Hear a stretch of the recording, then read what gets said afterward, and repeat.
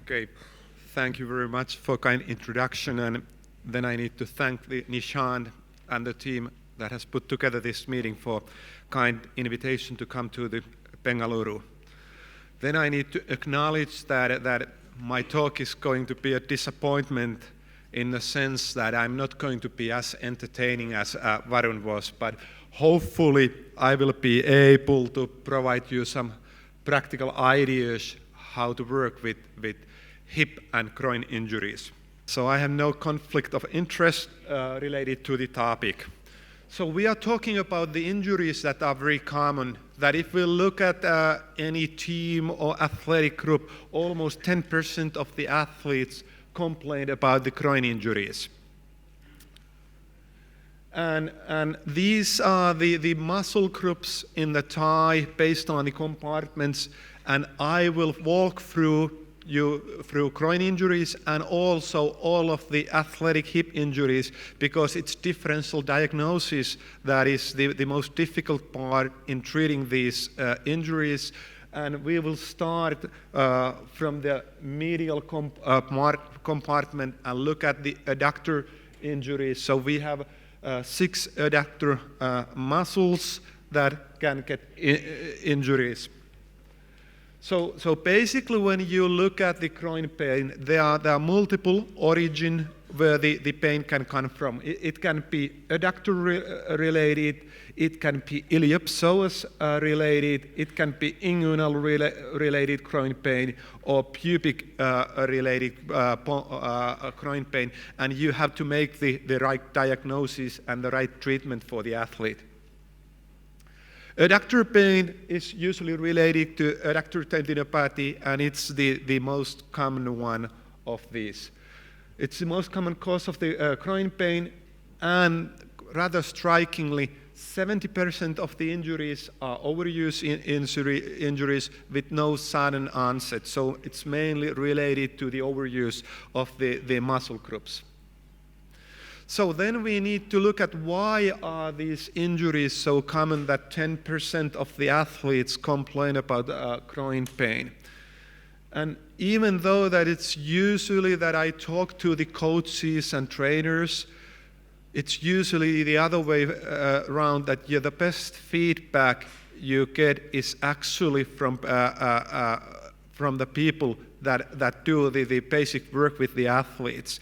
And I ran into the famous coach in Finland who told me that he had seen that the muscles working over 2 joints are those that are prone to the injuries. So if we look at the lower extremity, the muscles that work over 2 joints, they are gastrocnemius, rectus femoris, gluteus maximus, if we take tractus iliotibialis into the account, sartorius, and all of the tendons that insert on the foot. So you are not going to find adductor muscles on that list, but still 10% of the athletes complain about adductor pain. So what is the explanation that? So I could make a case that the adductor muscles actually work over 4 joints, not just 2 joints. And if we look at the function of the adductor muscles, we know that the first function that adductors do is the adduction of the hip joint. But they also do hip flexion and extension, and especially in high-speed running, when we are doing maximum sporting activities, they work as the helping muscles to help the flexion, and also in the extension when our leg is in the extreme position. And they also have the fourth and the final function that they stabilize our pelvis when at the stance position. So basically the adductor muscles have 4 different functions, and that is the reason why we see so many overuse injuries among this muscle group. So then the remarkable thing about adductor injuries is that we have 6 similar muscles, but at the end of the day, almost all of the injuries take place in adductor longus muscle. So it's basically adductor longus that is always involved when we have an injury in that region. And the remarkable thing is that 70% of those acute injuries are not contact related. They are usually related to some kind of high-speed movement going to the extreme position. There are 4 distinct predominant injury mechanisms that account for the injuries in the groin area. And then the differential diagnosis with the adductor muscle-related pain relates to the sportsman hernia, which has number of the terminology. If you go to the medical literature, this condition has almost 15 different names. But the critical point is that there is no true hernia in the sportsman's hernia. So sportsman's hernia is a condition where we have a persistent pain after an acute injury, and pain is above the pubic bone, just lateral to the rectus abdominis muscle. So you can feel the rectus sheath, and just lateral to the rectus sheath, just above the pubic bone, is the position of the pain. And you cannot find actual hernia in the clinical examination. And the annoying thing with this injury is an MRI is usually totally negative, that you don't see any rupture of the muscles, and you don't see any edema, but persistent pain in the groin. So basically, the location of the pain is just above the inguinal ligament, lateral to the rectus sheath, and above the pubic bone. That's where the athlete feels the persistent pain, and all of the diagnostic examinations are completely negative in sportsman's hernia. Then we move to the next diagnosis, that is osteitis pubis in the same region. And now we need to talk with causality and association, because I don't believe that just disease or condition as osteitis pubis actually exists. I believe that it's always a secondary thing related to sportsman's hernia or adductor tendinopathy. The first thing you need to know that if you take lots of MRIs, you are going to see lots of positive MRI findings, and also patients that do not have any kind of pubic or groin pain.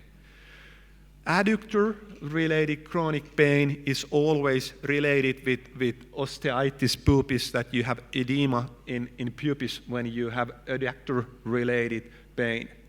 And the pubic bone marrow edema is not always present in the adductor tendinopathy. You could have the adductor tendinopathy without osteitis pubis. And my own personal opinion is that there is no such disease as osteitis pubis. It's just a secondary finding we see in MRI in the pubic bone related to adductor tendinopathy or sportsman's hernia.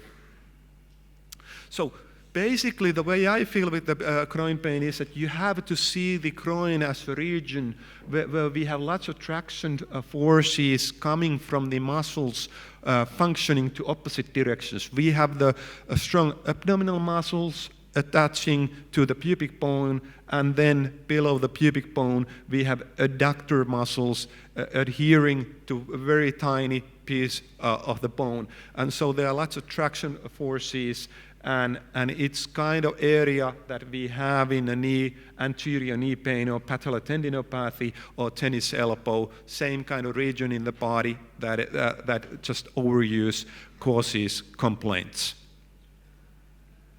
So in my clinical practice, I use pubic bone as a divider. Any bone above or cranial to the pubic bone is I diagnose that as a sportsman's hernia.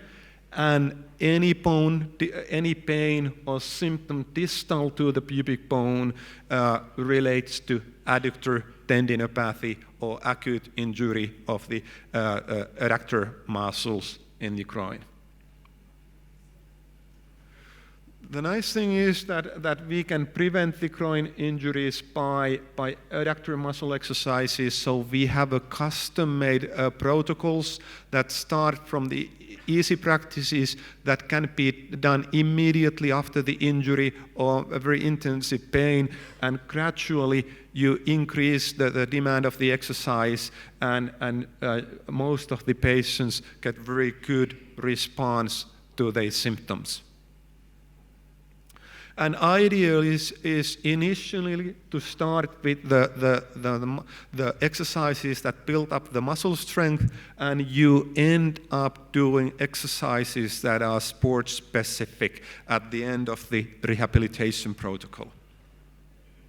Now we move a little bit to the lateral. We go to the anterior muscle compartment in a thigh, and we talk about muscles in that compartment: iliopsoas, sartorius, quadriceps femoris, and tensor fascia lata, the muscles in that group.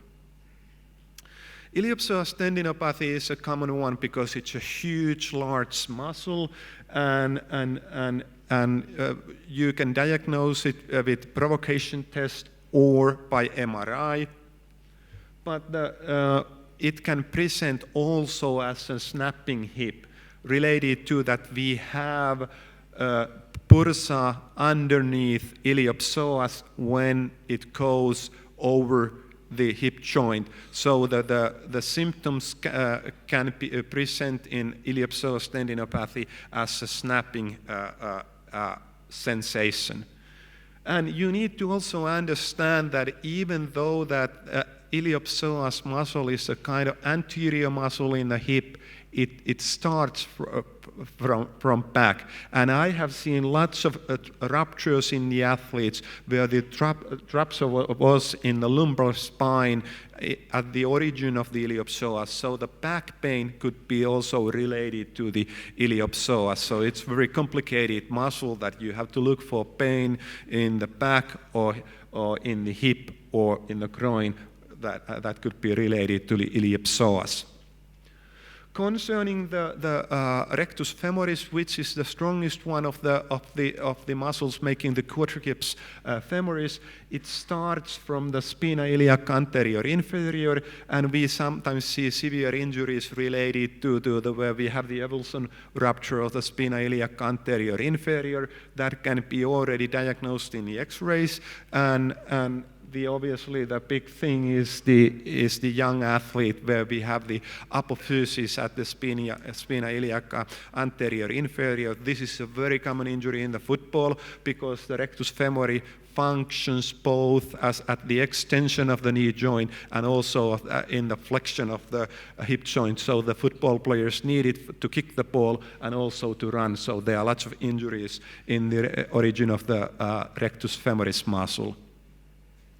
And the third one, you need to know that the rectus femoris contains a central tendon that extends into the muscular part of the muscle, and you can have partial ruptures also in the central tendon of the rectus femoris, and these are painful in the hip region, and they are very common.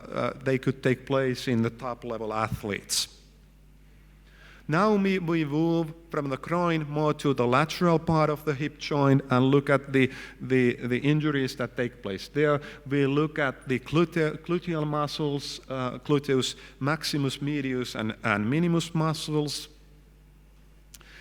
And the big thing here is that you should not be making trochanter bursitis diagnosis. There is no such disease and trochanter bursitis anymore.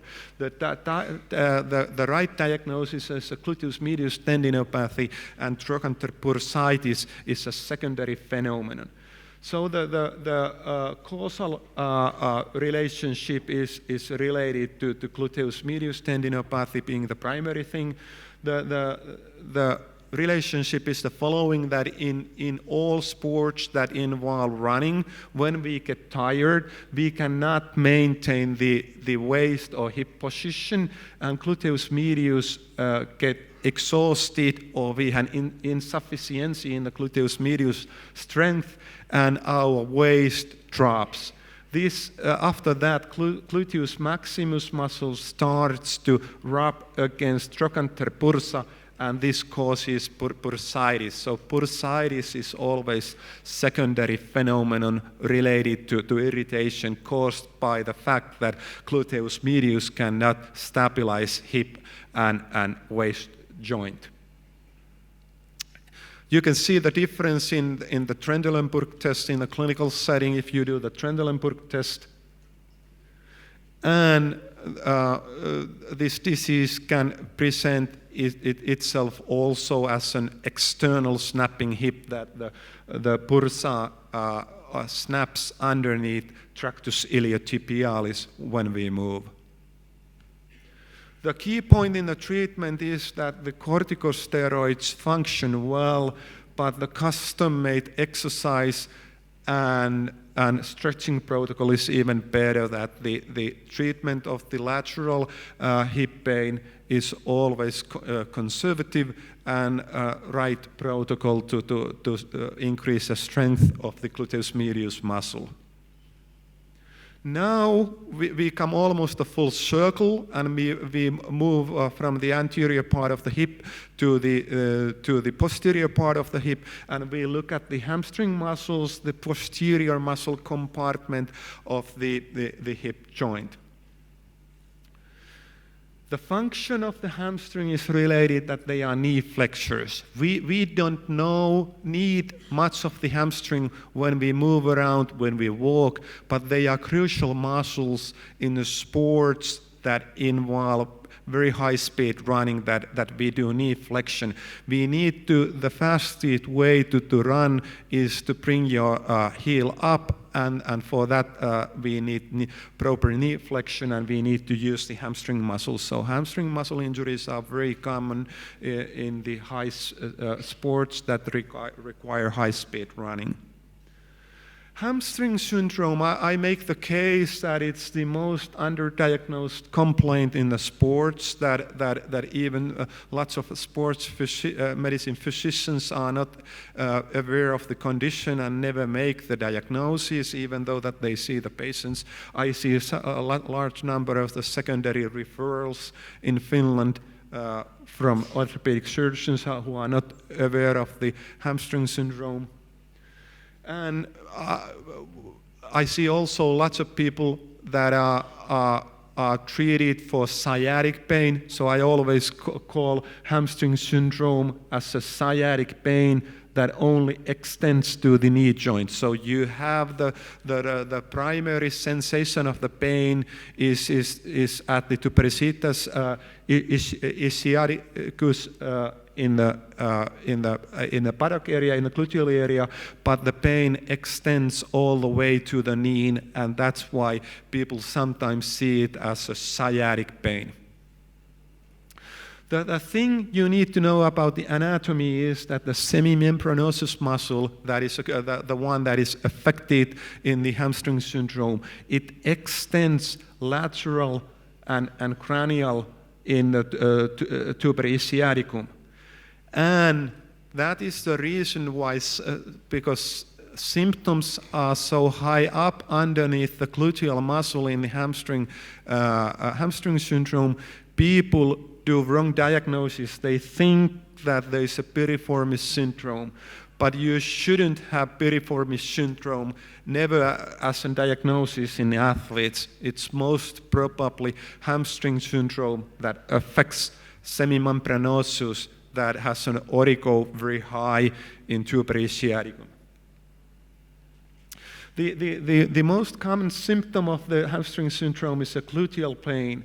And usually there is lots of misdiagnosis to injury to gluteal muscles or piriformis syndrome, but at the end of the day you are going to find hamstring syndrome behind there. Typical symptom is that athletes have pain when they sit. It's especially painful to sit in the car right after the exercise or competition. That's the thing they complain, that they have to stop the car and walk a little bit because they are so painful. And then the pain radiates distally in the behind the femur in the thigh all the way to the knee joint. And most probably you experience pain in the high-speed running when you are using the hamstring muscles. The MRI is very helpful in hamstring syndrome. You see edema between conjoint tendon, which is the common tendon formed by biceps femoris, long head of the biceps femoris, and semitendinosus.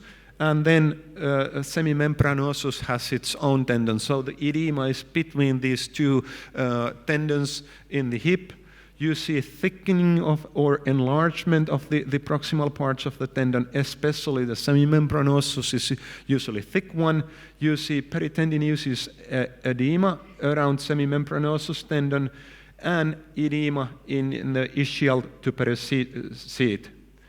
And the common thing is that you almost always see traumatic lesion. You see even hematoma around musculus quadratus femoris, and that's the kind of hallmark of the hamstring syndrome, this sign in the quadratus femoris, that the issue is not in the quadratus, it's related to the hamstrings. So it's very common to see heavy involvement in quadratus femoris.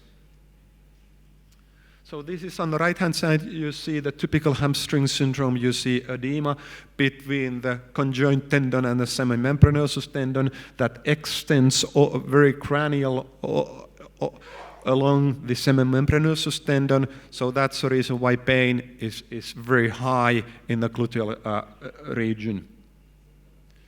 Now, finally, I want to address a couple of the conditions that we run into. The young athletes, they train quite a lot and have lots of injuries. So usually the pain in the young athletes in the groin or hip area is always related to the apophysis, so that we have the muscles are inserting to the pelvic bone at points when we have the open apophysis, and they cannot tolerate the heavy strains provided by the use of muscles. And the most common ones are spina iliac anterior inferior. Then we have lots of pain in the iliac crest related to the back pain, and iliopsoas is a common one, and ischial tuberosity is very common place of pain in young athletes.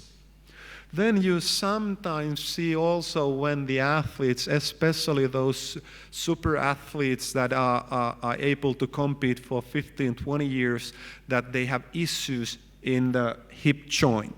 It could be related to femoral acetabular impingement or even to the degenerative osteoarthritis.